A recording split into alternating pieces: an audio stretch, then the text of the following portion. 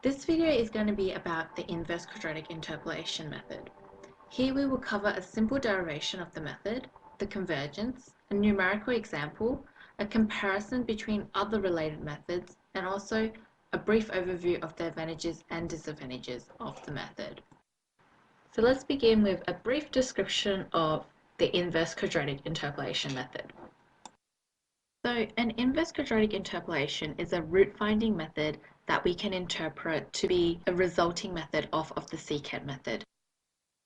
So the inverse quadratic method is quite similar to the secant method. The only difference is that we need 3 data points instead of 2, and we fit a parabola instead of a line segment that the secant method uses, and just see where that intersects our x-axis. So let's draw a function so we can have a visual representation of. So let's draw a function like so. Now, like I've said, we need 3 data points to be able to use the inverse quadratic interpolation method. So let me just say these are my 3 data points where this corresponds to xn minus 2, xn minus 1, and xn here.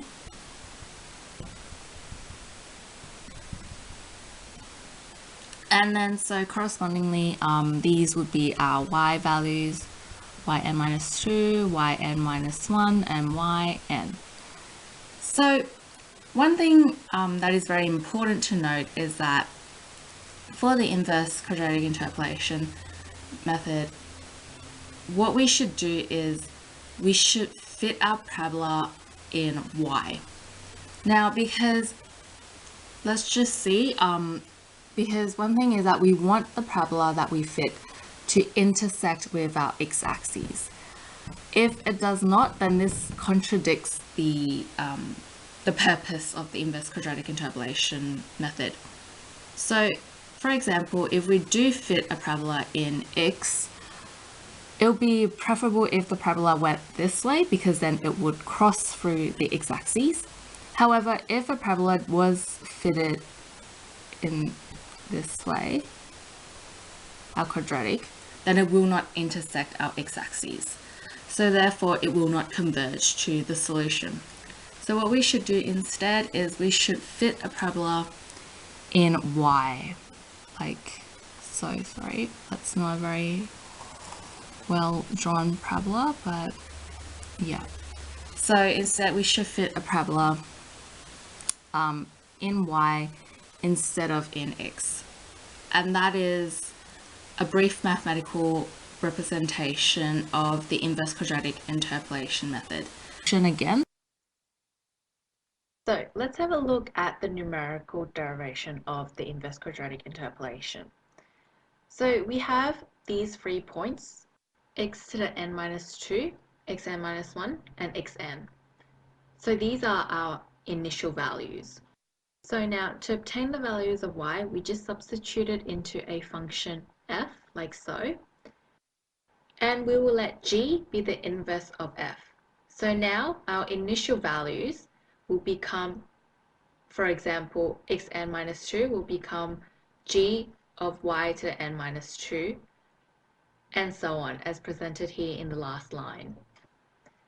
So fitting the points into a parabola in y, we can compute the polynomial interpolation with Lagrange basis functions, giving the following result. So to obtain the estimate for the new root x of n plus 1, we will let y equals 0 for the equation that I've shown before. Therefore, we will obtain this new result. And this will be the formula used to obtain values that will tend towards the solution. Use this new point to replace the furthest outer line of the 3 initial points that we had initially, and we keep on repeating this procedure until the error is acceptably small. So now let's look at the convergence behavior. The convergence for the inverse quadratic interpolation method is asymptotically faster than the secant method, but the method can become very poor if the initial values are not picked close enough to the solution. This is one major disadvantage to the inverse quadratic interpolation method. With this concern of stability, if the initial values aren't picked correctly, the inverse quadratic interpolation method is usually used alongside other methods. For example, Brandt's method. So Brandt's method is a root finding algorithm which combines root bracketing, bisection, and inverse quadratic interpolation. So since this method is quite similar to the secant method, the order of convergence can be evaluated similarly to the secant method by letting xn equals s plus epsilon n. So to construct the order of convergence, we let xn equals s plus epsilon n, where s is the solution and epsilon n is the error. So what we want to do is, of course, we want xn, our estimate, to approach our solution, s, when the error approaches 0 as n approaches infinity. Now subbing xn into the new root estimate formula, xn plus 1, and then using Taylor's formula, we will obtain an order of convergence of approximately 1.8392. Now, the workings here are omitted from this presentation because to calculate the order of convergence, it's quite similar to the secant method, which we have already learnt in class. To further demonstrate the convergence behavior, let's look at an example. So for this example, what we have to do is we have to determine the least positive root of this function, f of x, presented here. So firstly, let's have a look at the function visually. So to plot the function, we just let f of x equals 0. Here I've used Maple to plot the graph. Now I'm only focusing on the positive side, so that's for this graph only shows the positive root of the function f of x. So we can see that the positive root lies within an interval from 0 to 2. So therefore we should pick initial values that is within this interval so that we can make sure the inverse quadratic interpolation method will converge and is stable. So let's pick our initial values to be 0, 1, and 2. Next step is to evaluate our y values. So if we just input our initial values back into f of x, we will obtain the y values. And therefore, our initial values are the following. Now, to make sure that we will have convergence, let's plot this, our parabola that we will be fitting, and make sure that it will cross the x-axis. So to do so, we have to plot g of y. So substituting these initial values into our function g of y, like so, and plotting the graph, we can see that g of y will intersect the x-axis. So we can continue on with this method. So the next step is to compute x of n plus 1, so x of 3. And we do so by just substituting our initial values of x and also our values of y that we already computed into our new root estimate shown here, x of n plus 1. We will obtain our new root estimate x3, which it equals approximately 1.255 in this case. And upon substituting this value back into f of x, our function, we will obtain the new approximate value for y as well. And we just keep on repeating this procedure. So now I've done my numerical computations for the inverse quadratic interpolation method with Excel. So I've set up my method by these first 3 columns being my initial values, and then here are my values for y, and then this row is where I've computed my new root estimate, and then substituting, or I should say replacing one of my initial values with my new root estimate, and then repeating the procedure and so on. So at the end, I obtain this value to be my approximate solution, 1.24 approximately.